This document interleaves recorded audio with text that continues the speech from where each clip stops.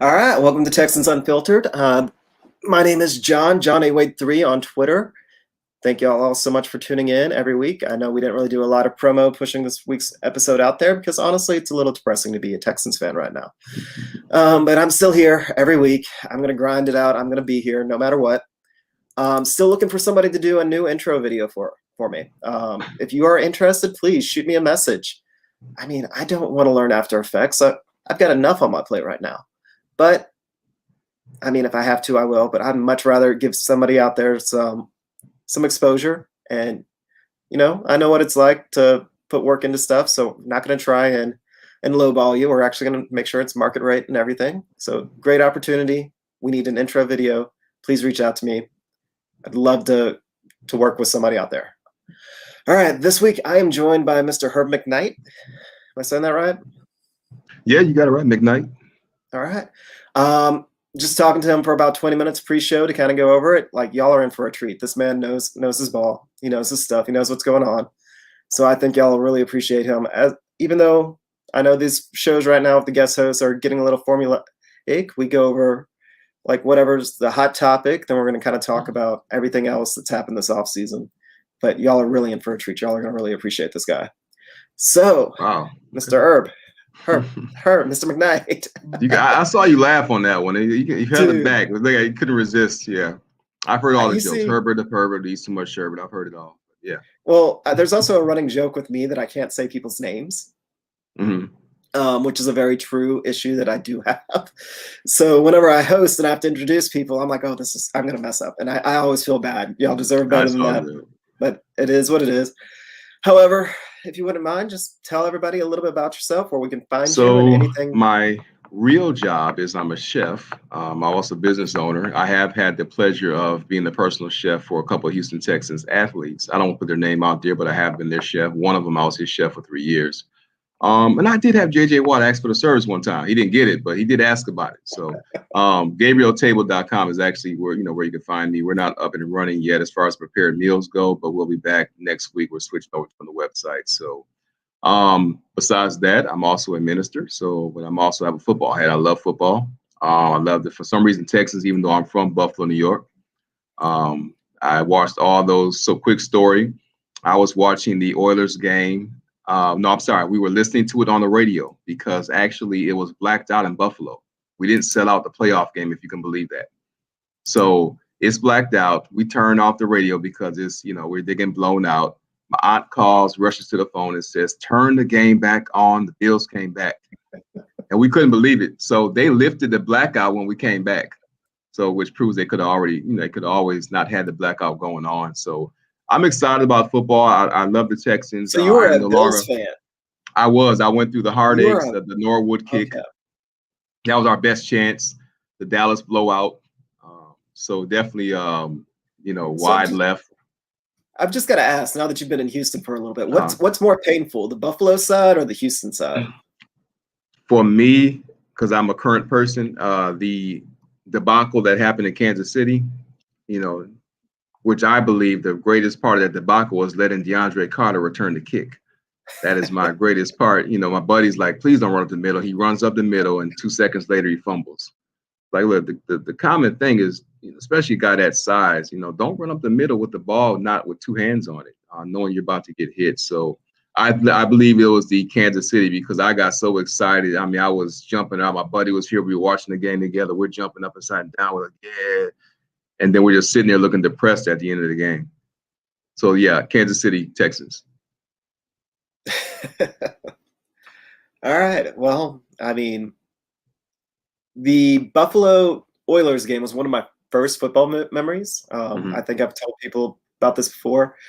Pretty much my understanding about that game is I remember everybody being happy and then everybody being sad.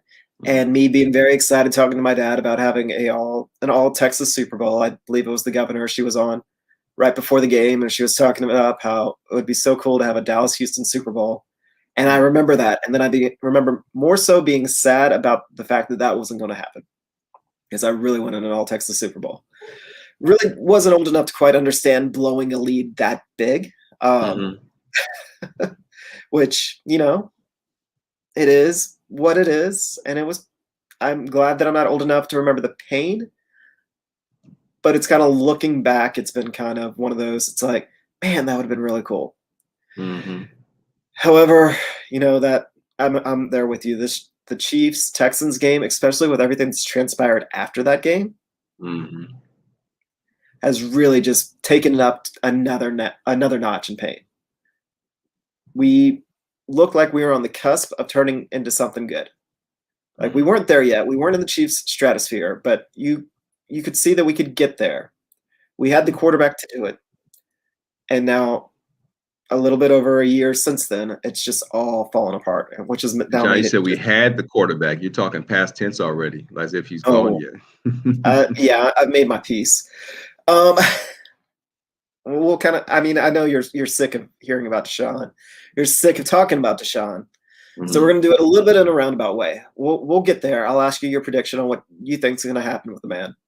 But I'm going to start off with something that James has actually put out on Twitter. He put a great Twitter thread out there talking about Jack Easterby. Now, I've seen a lot of people kind of pop up on Twitter. One of my favorite tweets, got to remember who said it because I got to give him credit, said, I did not have Jack Easterby becoming a good guy on my bingo card for this year, or Jack Easterby being right on my bingo card for this year, on my 2021 bingo card.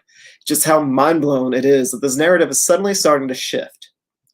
That maybe, just maybe, Jack Easterby is not as bad as all of Texans, including myself, all Texans media, all of Texans fandom thinks he is.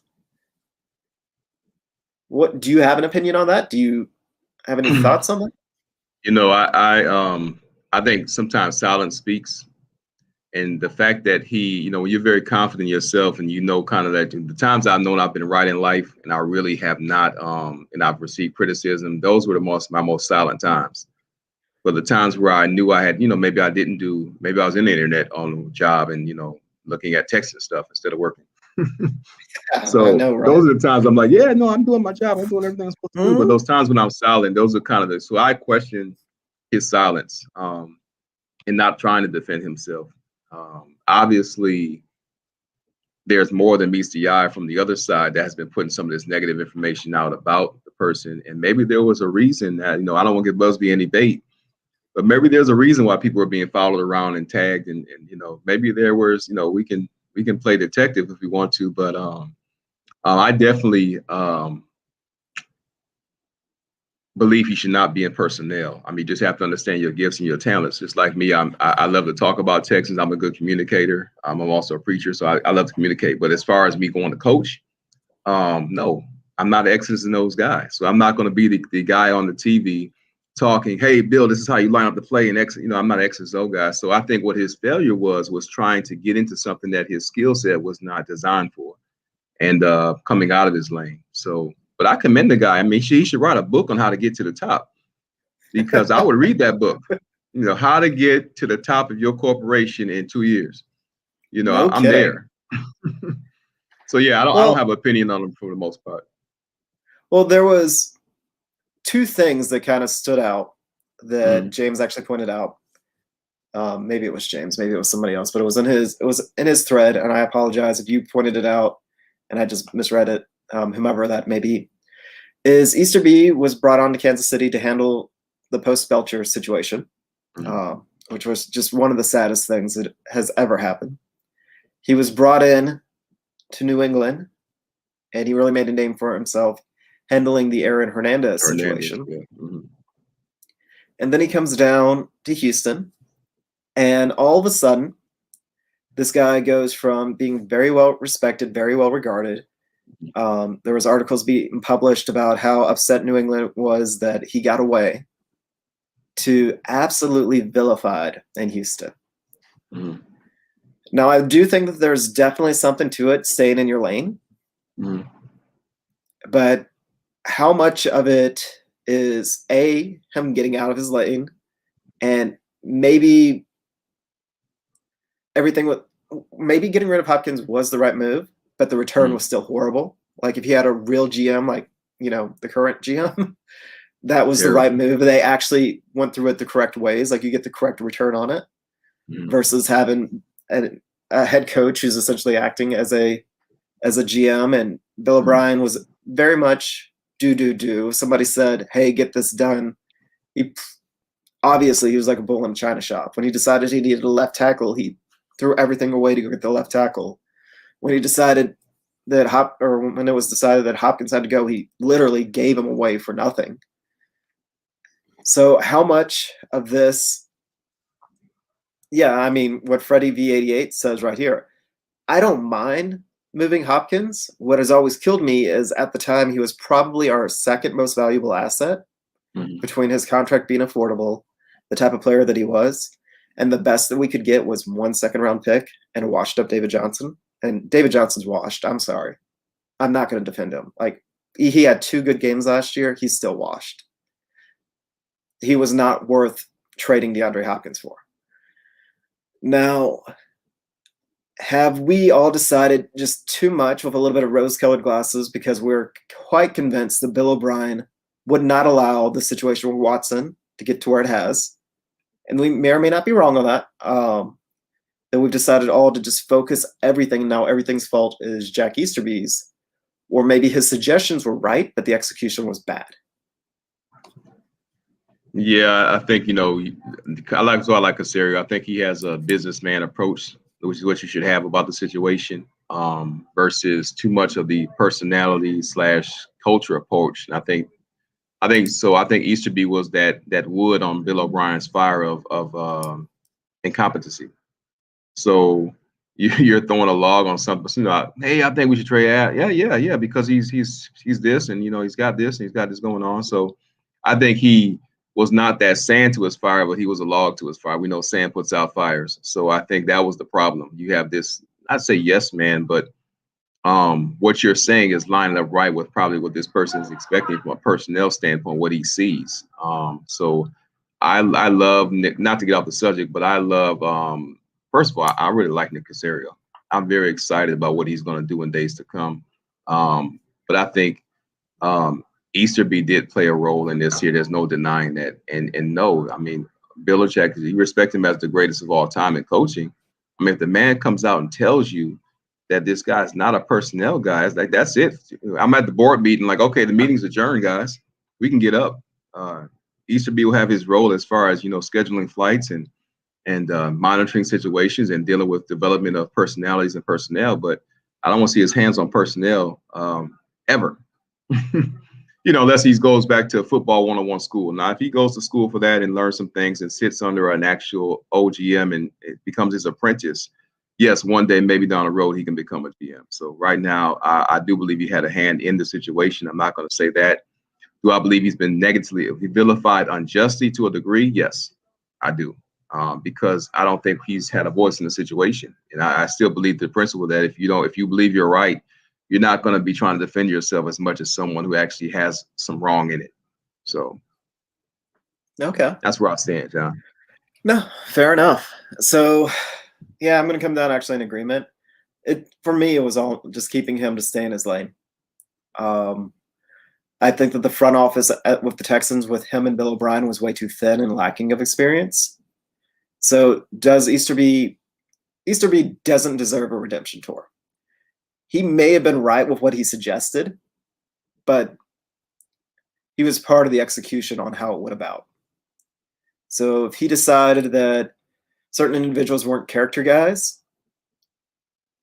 with a football franchise, you've got to have an actionable plan to replace guys. You can't just say, oh, he doesn't work out. Not especially when they're quality players. Like, you've got to have a plan to replace them. Like, how do you replace that production? So at the end of the game, winning football games is what they're paid to do. Even Jack Easterby, like, he may be a man of the cloth. He may be a man of faith, but by taking that role within the Houston Texans organization, he was hired for a different job, not to be a preacher. That's just my opinion, and that's not to disregard that side of him. No, let me interject, John. That's a great point. Just to go to religion and sports. I don't bring that into my workplace. I carry it with me because that's who I am. But I don't bring it as far as, hey, let's go to lunch and let's have Bible study. I'm here to execute a job. And this guy might be cursing somebody out when he goes home. I understand that. But he's a great cook. So as long as he has, I call it workplace culture. So, now again, I don't want him to be a pervert outside of work. If I find that out, yeah, he's gone. But as far as when he's in the doors, I mean, this guy's a beast on the grill. So I learned how to connect with him on his level, but I don't go over and say, get this guy out of here because he's not singing, at the cross all day while he's working. You know what I mean? So, it's a fine line between who you are spiritually, whatever, and the marketplace. So yeah, that line can't be crossed. You can still be who you are, but you can't allow that necessarily to govern every decision that you make. Right. And I mean, I'm in total agreement with you, and you're actually a great example to have it. I mean, as somebody that used to work in the service industry, there's a reason why they called it the sin industry, and it's not just the acronym. I mean, you've got to be some of those kitchens, man. If you only knew what some of those cooks were saying, and you know what? That's what they need to do. That's what they need to do to get through their shift. I mean, it can be tough. Those girls are hot, and customers are unforgiving. So, but it's the same sort of thing. Like, I can't imagine that the NFL would be that much different than, honestly, the service industry. You've got a lot of guys in their young 20s. They're all talking a big game. They're all talking whatever. They may or may not be Christian, but even the guys that are Christian are going to talk the way that their guys around them are going to do. It's that locker room culture. It's very, very similar to a kitchen culture. And as somebody that's been a part of both, can definitely see that. And I get what Easterby was brought in to do, but I still think that he did a poor job of implementing. Sorry, I got my COVID shot today. I'm a little bit weird, so I can't talk. I can never talk, but it is what it is. All right. Well, kind of taking that, Mr. Easterby, we're in agreement. He still deserves some of the hate that he's getting. Maybe not quite as much, but he deserves some of it. He still has failed as a football guy. We're in agreement on that? No doubt, no doubt. No doubt. All right, and I hate to talk about him. I absolutely hate to talk about him, but we have to talk about him because there was another press conference today. Man, how are you feeling about Mr. Deshaun? It's almost like you said earlier, we were talking post-show. It's almost like I know him because he's such a huge part of plugging in for me, please. I'm sorry, I got my son helping me here, plugging the laptop cord in. So I'm where there's smoke, there's fire. So where I stand is, as much as I would like to not believe that nothing has happened, nothing has transpired, based on some things I've heard outside of, I told you that before, outside of this whole situation. It didn't add to me not believing that it wasn't, that's not the case. So my deal is, I'm glad that some of this thing is coming out. Some of these things are coming out because I hope that he learns from it. I really do hope other athletes learn from it because, like we talked about, John, earlier, many times, unknowingly, or, well, we can convince ourselves, but we're putting these females in bad situations. You're abusing, you're throwing around your authority, you're throwing around your power. And obviously that's not right. But I also think at the same time, we got to let the situation play itself out and really begin to hear more of his side, because I think Busby, for the most part, is controlling the narrative right now. He is definitely pushing out, and he's doing a good job of that. Let's get, he is a high-priced lawyer for a reason. And he's doing a great job of really controlling the narrative. And to be honest with you, I think Deshaun's lawyer is getting outgunned right now. I think it's the fourth quarter and he's down by 20, if I could say that. So I hope that it's resolved. I definitely think, like we talked earlier, that the trade value has dropped. But I believe that what was put out today by the Texans is a precursor to them letting him go. And I believe it's them letting him go for less value. When we have a crash, what softens the crash is an airbag. So the crash of us saying, wow, they only let him go for a 1, a 2, and a 3, or 2 1s and a 3. Even if they let him go for 2 1s and 2 2s, I still believe that's nowhere near the value he should get. I'm thinking 3 3s, 3 2s, and 2 players minimum, because this is a 15-year asset. So he still has about 15. If he plays like Tom Brady and controls his health, I mean, the guy has 20 years left, right? So us getting 2 2s and a second and 2 1s, a second and a third, that's you're getting a lot of feedback from that. So that's what I believe about the situation, that statement today put out by the Texans was to get us ready for what they're about to do. What you got, John? Just some people put some stuff in chat that I wish they had. Who is this guy? It's okay. No, it's I'm not going to read the joke, but oh my goodness. Yeah. Show me no more, please. No, I'm kind of there with you, but I believe I actually don't think Deshaun's going to get traded this year. Okay. So last week, I'm not sure if you listened. Last week, I kind of explained that honestly, all these accusations actually benefit Deshaun because it makes the Texans actually want to move on from him. Like you could see it in Nick Caserio. You could see it in his language, his body language when answering it. You could hear it in the words he was saying. All of a sudden, something that was absolutely unforeseeable for him to do, he's like, okay, I'm going to trade the guy. Like you could see him making peace with that in real time. Yeah. Okay. Yeah. On the Albert Beer interview. Okay, yeah. You could see that happening in real time. Like Nick is coming around. They're going to do what they need to do. However, today's news conference has actually changed my mind on it. All of a sudden, I think that, Deshaun has definitely played his last snap as a Texan. However, I don't think he's going to get traded this year. We're too close to the draft. You get the most assets at the draft. And I think there's a very real possibility that Deshaun is going to be put on the commissioner's exempt list. So to get peak value in return for Deshaun, you wait till next year. You're not going to have to pay him this year anyways. His contract's essentially voided for the entire year. Oh, wow. So all of a sudden he goes from being potentially the highest paid player in the NFL for 2 years. That doesn't happen anymore. I said this last week and that still stands. But if he's actually suspended, full on suspended, the Texans don't pay him. His contract doesn't toll. So he sits out for a year, which if the Texans didn't trade him, that was potentially an option. And I got to interject one more time with a question for you. If his contract doesn't toll, he's on exemption list and they trade him, do we still suffer the same cap impact? Are you aware of that or not? If we trade him while I'm he's honestly on the not sure. Okay. I'm honestly not sure. My understanding, if he's on the exempt list, usually players on that list get released anyways, but it's not going to toll because he's not going to get enough accrued time to play. But I mean, you think about like the guys like Antonio Brown when they're placed on it and then they're released and then they sign a new contract while they're on it. Okay. So I don't think there's ever been a situation like Deshaun's that I could find, and I could be completely wrong. Again, if somebody else has done the research, I've looked, and my theory is more or less based. If he's on the exempt list for the entire season, he doesn't accrue any time. And the way they've changed the rules, it's like if he misses one game over a contract dispute or 5 practices, it's something ridiculous, then his contract won't toll. All it takes is like 5 practices. Like it's something minimal. Like the CBA really did take away all their ability to sit out. So Deshaun, so that's kind of a leap. I'm not sure. I couldn't find another similar situation. There hasn't been a similar situation, but that is my guess, my reading of it. Not a lawyer. Again, anyone out there, you can correct me, but my reading of it is if he's on the exempt list, he doesn't go to training camp, he doesn't play in any games, his contract's not going to toll.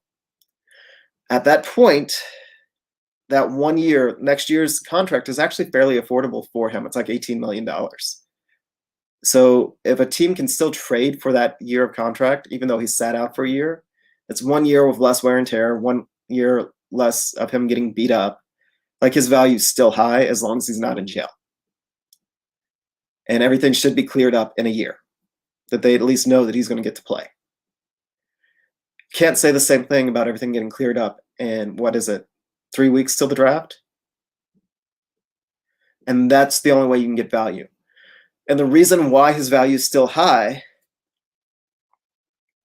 is how hard is it to find a quarterback?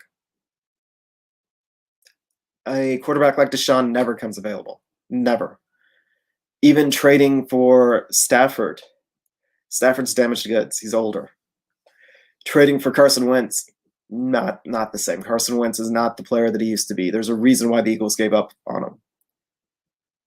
Training for Sam Darnold. Darnold hasn't done anything. Now there's still potential there, but he hasn't proven that he could play in the NFL.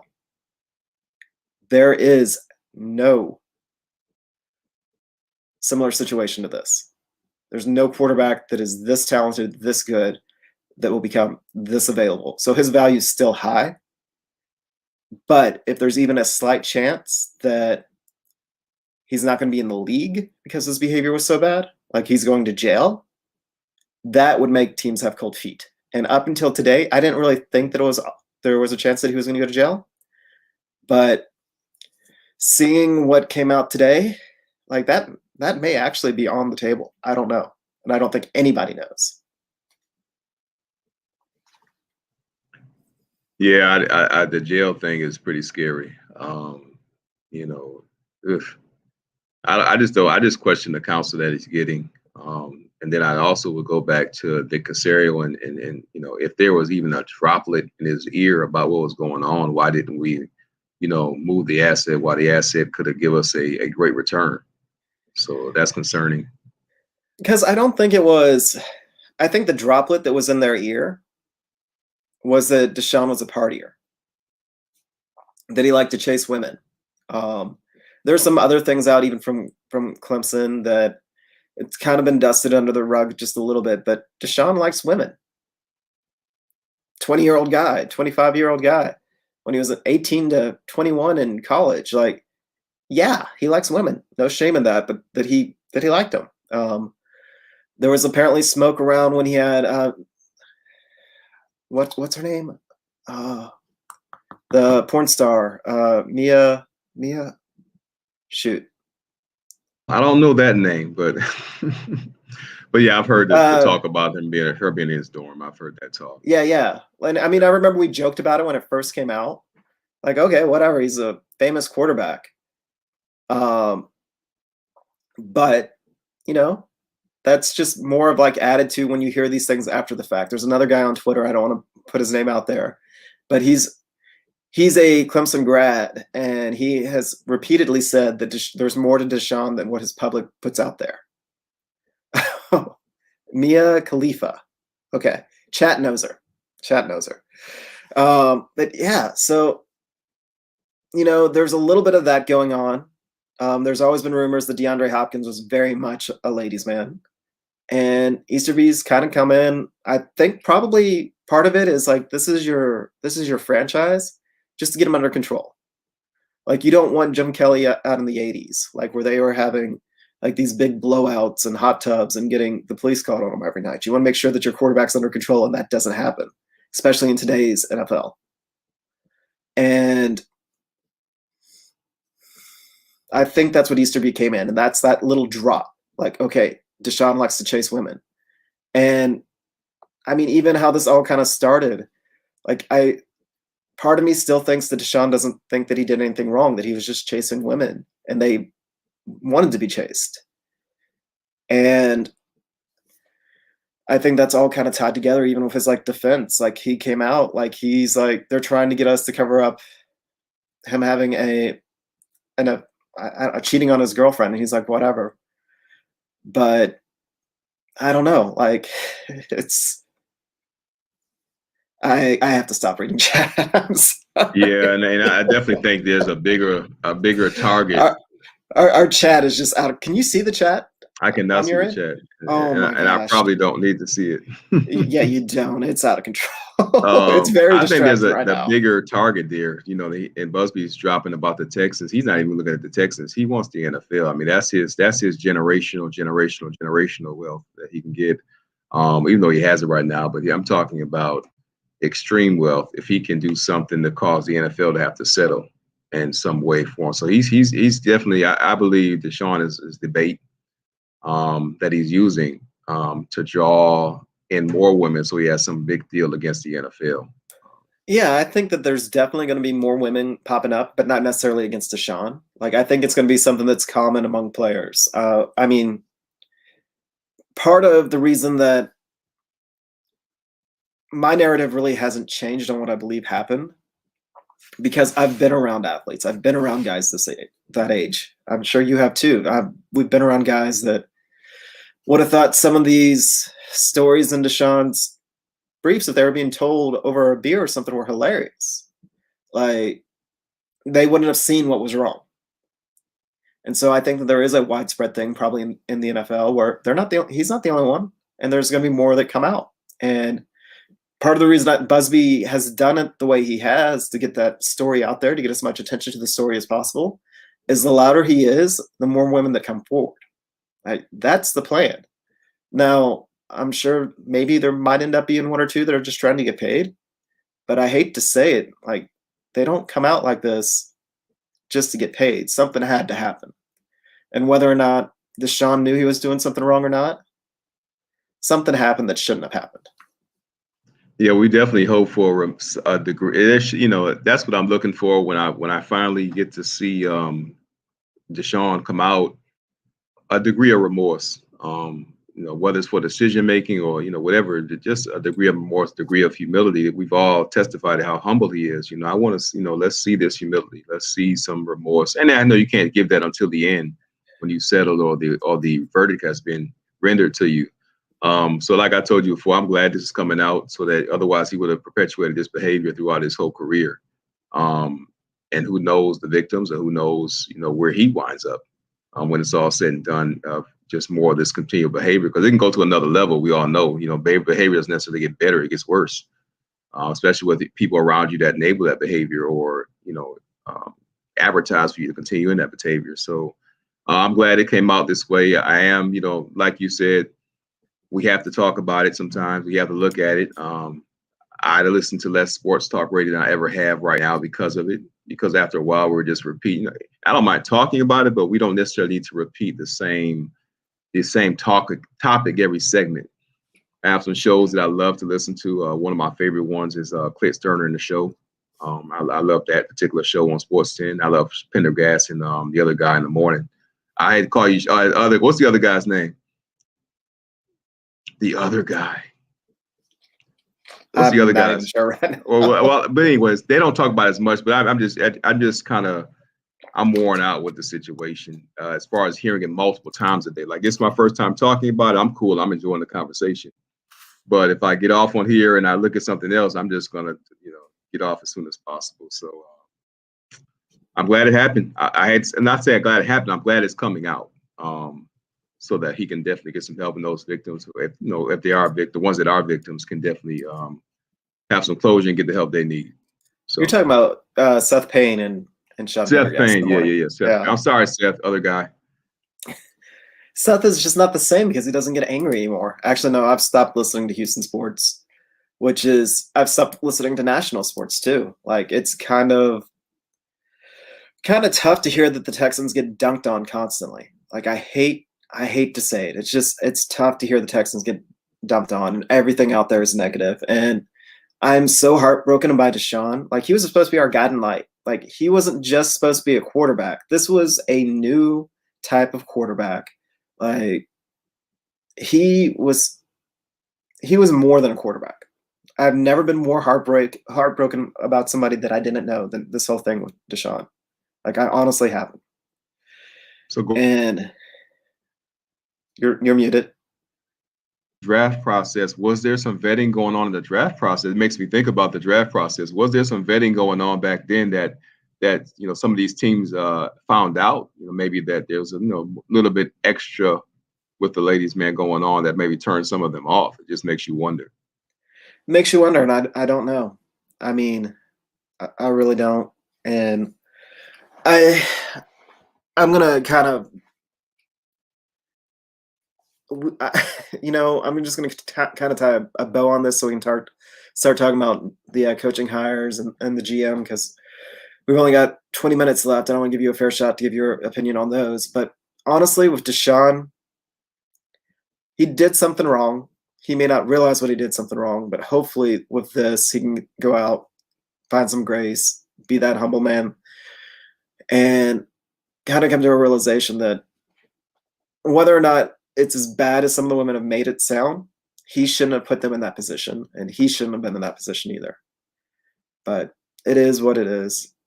From our perspective, we don't know the truth. We just know what's out there, and we can just kind of hope that it's not as bad as it's coming across. Because right now, it's absolutely awful, and it's not fun. Definitely. All right. Well, speaking of having a professional front office now, somebody to get the heat off Easterby. What do you think of the job Nick Caserio is doing? As Jordan likes to call him, Mr. Casserole. Let's say this here. He has got to be an awesome salesman because he has landed Philip Lindsay. I think King, the cornerback, he's landed him. He has landed Ingram. And these guys generally, when I hear them talk, they generally sound optimistic and excited about what's going on. My philosophy I talked to you about earlier, I believe he is landing some of these 6th and 7th, I call them 6th and 7th round picks. They're playing, but ideally, if they could have been redrafted, some of these guys, and maybe they went 3rd round or 2nd, they're going, 5th, 6th, and 7th. So I believe the plan is to maybe package some of those 6th round picks. We have multiple 6th round picks. We have multiple 7th round picks. Package those and let's get up in the 3rd and 4th rounds where we can actually, probably grab a player that can last 5 or 6 years with us. But I'm excited about the moves he's making. It definitely does not speak to a team that's trying to lose out. And I hear the talk out there from a lot of people that this team is this. I believe the defense is going to be better when it's all said and done. I mean, I think King's an upgrade from Connolly. I think we still have Roby. He's not let him go. We kept Tunsil. The offensive line, you can't tell me the offensive line is not going to be better. I mean, this guy talks Cannon. He has to want to come here. He ain't just trade for him. So he talks them into give us Cannon for some draft swaps. I mean, Cannon has potential to be Pro Bowl. He's not, but he has Pro Bowl potential from what I've seen. I'm a Madden player. He's good on Madden, so I'm excited about it because I get to. And they're going to put him most likely at guard. I'm thinking. I like Tunsil better at guard. I mean, to be honest with you, he played a little bit of guard. I'm not Tunsil. I mean Howard. I like Howard at guard. I think Howard has a problem from time to time, especially on the edge where he gives up on plays. He gets kind of lazy. And I think he, kind of being in that middle, it forces you to kind of stay on your toes a little bit more. When the guys pass you on that edge a little bit or you feel like the play's over, and I've watched multiple times where I've seen him give up on plays. But I love his athleticism. So if word gets back to him, I know he probably crushed me, but word gets back to him. I love his potential. And I'm glad we got him instead of Dillard. Now, that's a move that O'Brien made that was good. Let's give him some credit. The other ones were terrible. But that was a good move getting him. You see what Dillard is right now. And I actually was upset on draft night when we didn't get Dillard. I thought we had made a bad decision. But I like Cannon at tackle. I want to see some guards that move their feet. So that's what I think. Tunsil being the athlete, the former quarterback. I'm not Tunsil. Howard being the former quarterback that he was. I think he's a better athlete than what we had. I question also Sharping being at guard. I think he's too tall at guard. He doesn't have that bend. And I think he was a very, very talented tackle in college. I don't like tall guards. His arms are a little short to play tackle in the NFL. Is it? That was the big knock. That was the big knock on him. But I mean, the reason I thought Sharping would play better is he had that ferociousness that you want in a guard. Sometimes when your tackles are that ferocious, they kind of play out of control, which leads to people getting the edge. But moving Titus, I mean, Titus has shown some really, really good stuff at tackle. Like, he has shown some really good stuff. I think all pro at guard, though. I think at guard, all pro. And I also think I like Rob Johnson at tackle. We got to find a way to get this guy on the field more. Yeah. The run game took a huge step up. If you notice those last 2 or 3 games when he was in. I mean, this guy's running like a tight end out there, blocking people on the screens and whatnot. I didn't see not one of our linemen, though Tunsil has the ability to do so. I didn't see not one of our linemen even have that, even do that the whole year. So I'd like to see us get Rob Johnson some more snaps as well. Yeah, Rob Johnson is one of those guys. He's undersized, but he plays with smarts, and he plays with athleticism. I mean, he's not the same athlete as Tunsil or Howard, but he moves his feet better. And I mean, they have absolutely no excuse. Like, every measurable, both of them are better at than Johnson. There's not a single thing that he does better, but he can get to the second level better because I guess he just wants it more. Like, I really don't have a good reason because he shouldn't be able to, but he does. And he's got a talent for that. No, but I love what he's doing. I love what Caserio's doing. I'm very, very excited about, watching it come together. I think our defense is better. So if we had a better defense last year, we're in the playoffs. So if you really, when it comes down to it, I think Tyrod's a very serviceable quarterback when he's given pieces around him. And I think he's got three good receivers: Conley, Cooks, and Cobb. QT, who's in a contract year, going to be balling. And I'm a big QT fan as well. I think he's been misused. Like see him in the Hardeman role a lot more reverses with him like Hardeman. You know, he's maybe a step slower than Hardeman, but he still has that twitch, and we're not using that twitch properly. No, I agree. And one of the best things about Kiki is a slot receiver. It was actually a deep threat, and they never utilized that. Like he can actually run the seam pretty well.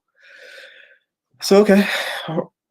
So overall, with Caserio, what type of grade are you giving him so far? I'm going to step up. Get ready for a lot of comments. Okay, get ready. They're coming after I say this. I'm going to give Caserio an A+ right now. Really? Given the circumstances that he has come into, he is not bombed on a deal. I think the trade for the right tackle is I just think that's an awesome trade. The Vat King, again, some of these guys, you know, mid-season, if we're flunking and they're thriving, we have third round, fourth round picks that are coming our way because we're gonna get rid of them.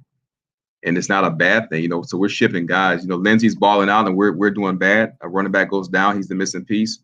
Hey, we give us a third round pick. You got your guy.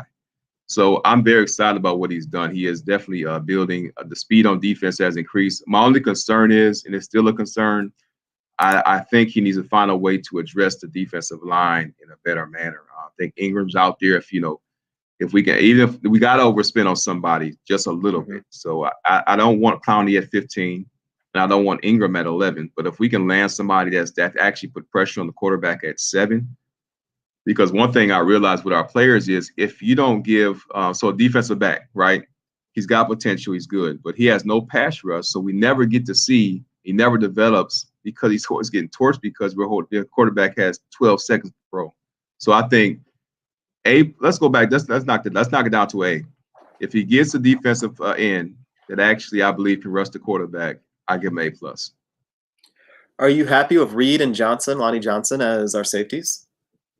You know, I'm very disappointed. I'm gonna be honest with you. I'm very disappointed in where Reed is gone. But I think we need to use him more in the box. I think here's the other question, John. Why did we stop doing the double team blitz that they were so successful at after one game? They had that game where they were just killing it. I mean, they were killing. They were so twitchy off that edge, and I never saw that again the rest of the year from those two. I like Lonnie as well. That's a great question because they both do well in that role. Yeah, I think he's, like you said, he's a box safety. I mean, let's get him out. He's a fast box safety. So let's get him out of his role. Hopefully, what's his name, the new DC, Lovie Smith.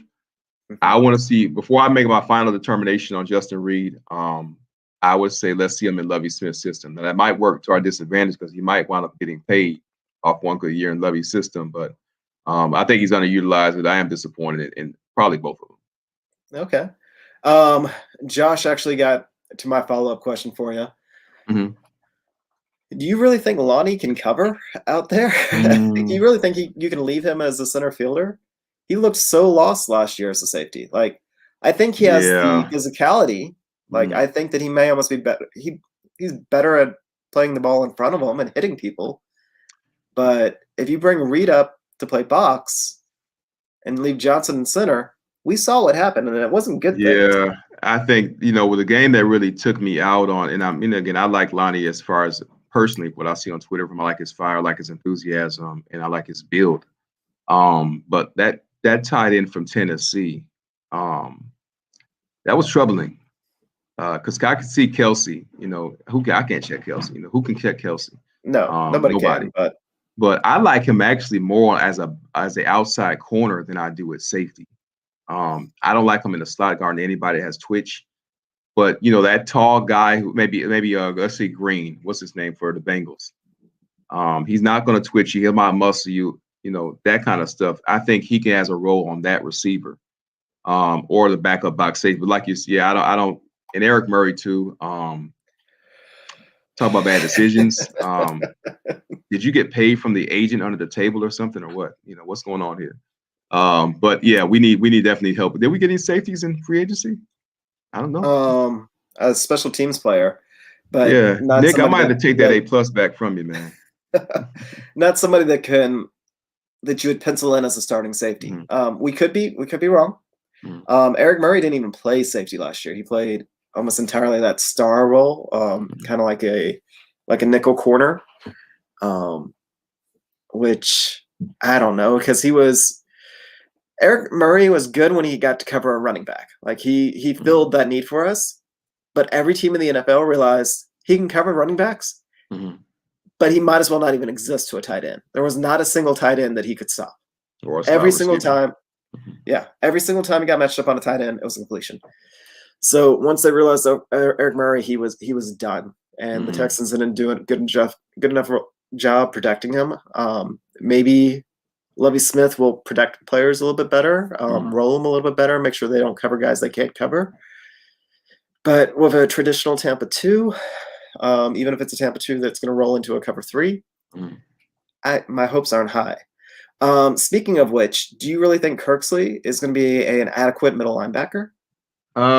No, because I think he's gonna stay hurt. So I mean, there's some guys, that injury bug just follows them wherever they go. And obviously we know I played football in high school, and man, those offensive linemen pulling on you. Man, it was a terrible experience. I have flashbacks now. And that is just no, I'm not excited. I tell you who I am excited about, the Lewis guy, the guy from the Redskins. I'm Okay. excited about that guy. He's got some twitch, as far as coverage goes. I'm very excited. But I'm also excited that we did not re-sign, believe it or not, that we did not re-sign Terrell Adams. Because my buddy and I were watching a football game. I was talking, man, this guy's a lot of tackles. He said, yeah, but they're 10 yards down the field. So we get thrown off by that tackle number sometimes. And I'm just glad we didn't give a big deal at that spot. But no, I like Kurtzy. I think he's an upgrade for us. I think he's Dylan Cole on steroids. I think he has the same problem that Dylan Cole had. I was very high on Dylan Cole. I watched him I cover was too. was it Duke Johnson when he ran that? Yep. That was a couple of years ago. He ran Step for step. step for, and he picked it off. I'm like, Yep. wow, this guy might could play safety, but just the injury Yeah. bug. So I'm still convinced he could have played safety. He could have been that like hybrid, like what's his might name, have been Ben? healthier too. Yeah. Yeah. I'm still convinced that was the role for Cole. I think he's now on the Giants or something like that. Okay. Just couldn't stay healthy, and he didn't get Mhm. any snaps last year. So him I'm and glad Scarlett. Adams, I'm glad Scarlett's gone too. Come on, yeah, no more Scarlett, please. no arguments there. No arguments there. Okay, so all right, we got Casario. The Mhm. other big thing is we also have a completely new coaching staff. Okay. Not completely new. There's a holdover, one holdover. Mhm. There was two holdovers, but one of them decided to go join Bill O'Brien down in Alabama. So only one. How happy are you with David Coley and his staff? I love, like many people, and I've heard a lot of people say the same. I love the quarterback coach that started in Indy. What's his name? The skinny guy. Pep Was it Hamilton. Hamilton? Yeah, I love that hire. I would have loved McCown to stick around some form, some fashion, but I'm sure there's something going on with him. Um, I'm concerned because of the red zone. That's my biggest thing with Tim Kelly is the red zone. And I'm a Madden player, so my biggest problem is because I don't understand X and O's like some other people is red zone. I mean, I'm have no problem making it down to the 20, but when I get there, often I'm kicking a field goal. So that really tells me about a coach, what he can do in the red zone. So I'm a little bit concerned about that, but I believe that might be solved with the offensive line fixtures, the changes. So overall, I do hate to say it, but I do think David Culley is a lame duck coach. I don't think he'll be here past 2 years. It would be a absolute miracle if we see him past 2 years. But for his sake, hey, get a nice paycheck. I think he's a good developer. Develop some of the coaches underneath you and take a stab at it. But it's just you can't. There's no way you can justify and say, okay, this guy was the best guy out there for the team. I just can't buy that. I'm sorry. I don't think from an X's and O's, but maybe Mm, from a personality. okay. Might be a little bit of you could see the storm coming, Mm, and you need a guy that could kind of shepherd them for 2 or 3 years. And I actually think that's what Cooley's going to do a good job at. mm, Off Um, are you happy with the offensive side of the ball? What with the coaches they brought in? I just think sometimes that I see too much of Bill O'Brien and Kelly a little bit. I just see that hard-headedness to know it's like it's a square block and you're trying to put in this round hole and it's no, I just have to keep working it. It's like, no, it's not gonna work. And I think Deshaun bailed us out so much that can't be Yeah. underestimated how much how much off script he went. The offense I loved was that year one. And I don't think we ever recaptured that. What we had there that was special. I mean, that was record breaking stuff that was about to happen there. But if you look at that, we also had a decent run game going on that year. So no, I'm not happy with the Tim Kelly holdover. I think maybe he should have went to Alabama with Bill, so you kind of think Nick Saban could work on both of them at the same time and teach him that you don't have to necessarily follow everything that you were taught from one coach. I'm a restaurant guy, so I've been at so many different restaurants. I've picked up something here and I picked up something here, but there's not one particular guy I model. And I think I see too much of Bill O'Brien's stubbornness in Tim Kelly. So no, I'm not happy with that portion of the offense. Why we weren't running the zone run? We kept trying to run up the middle. I don't understand that when they had so much success the year prior. Yeah. So. No, I think we're actually in agreement. Tim Kelly, the biggest thing that got me is he had essentially all the cheat codes to have a successful running game, and we still had a crappy running game. And he still wouldn't abandon the running game. He would still try and force the issue. That's all you needed to know. It's that same sort of it had to come from Bill O'Brien, where you got to establish this play, and it just never worked. Like he was so convinced that this play was going to eventually work, and it just never worked. All right. I know we talked a little bit about defense when we talked about defensive players. How are you feeling about the defensive coaching staff? I like Lovey. I was a little thrown back because I've always looked at him as a great defensive coordinator. But when I saw some of the rankings of his defense over the years, I don't think to my knowledge there ever was a top 5 defense that he had. But he did, we got to give him all the props in the world. He did take a team to the Super Bowl. I mean, obviously he's done something right. I think he's a good developer of talent.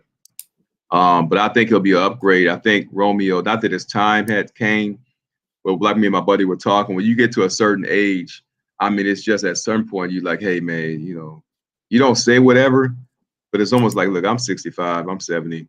I'm not gonna be around here 5 more years with the team. You don't want to play the zone right. Hey, So I think there's only so much you can expect out of a coach that has been around that long.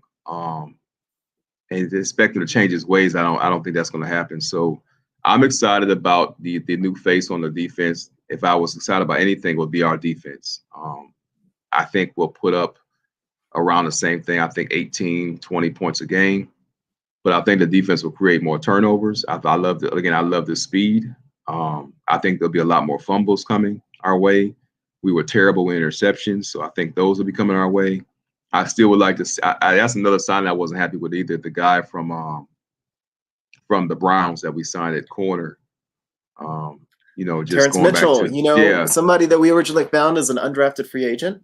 Yeah, I heard about that. We cut him right before the first game of the season, 4 years ago, and he ended up being a NFL starter every year. He started every year. Yep. Yeah, I didn't know that. And we talked about it 2 years in depth, where if we had re-signed AJ Boye and kept Terrence Mitchell, we wouldn't have had to start, some of those really, really bad corners like Sharice Wright.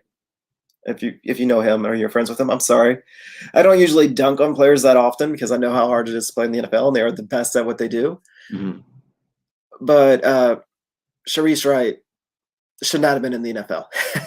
Now, is that the guy that kept getting burned? Same play. Every time they would call that play, he would get burnt. And usually it would be a touchdown. Yeah. He was just. Yeah, Bouye might be the trickle effect to this whole thing. We've said it was Clowney, but it might have all started with Bouye. I was very disappointed when we lost Bouye. Well, Dwayne Brown. I mean, we've talked about it before. We would have had a Super Bowl team probably 2 years ago where if we had a left tackle and we had a cornerback.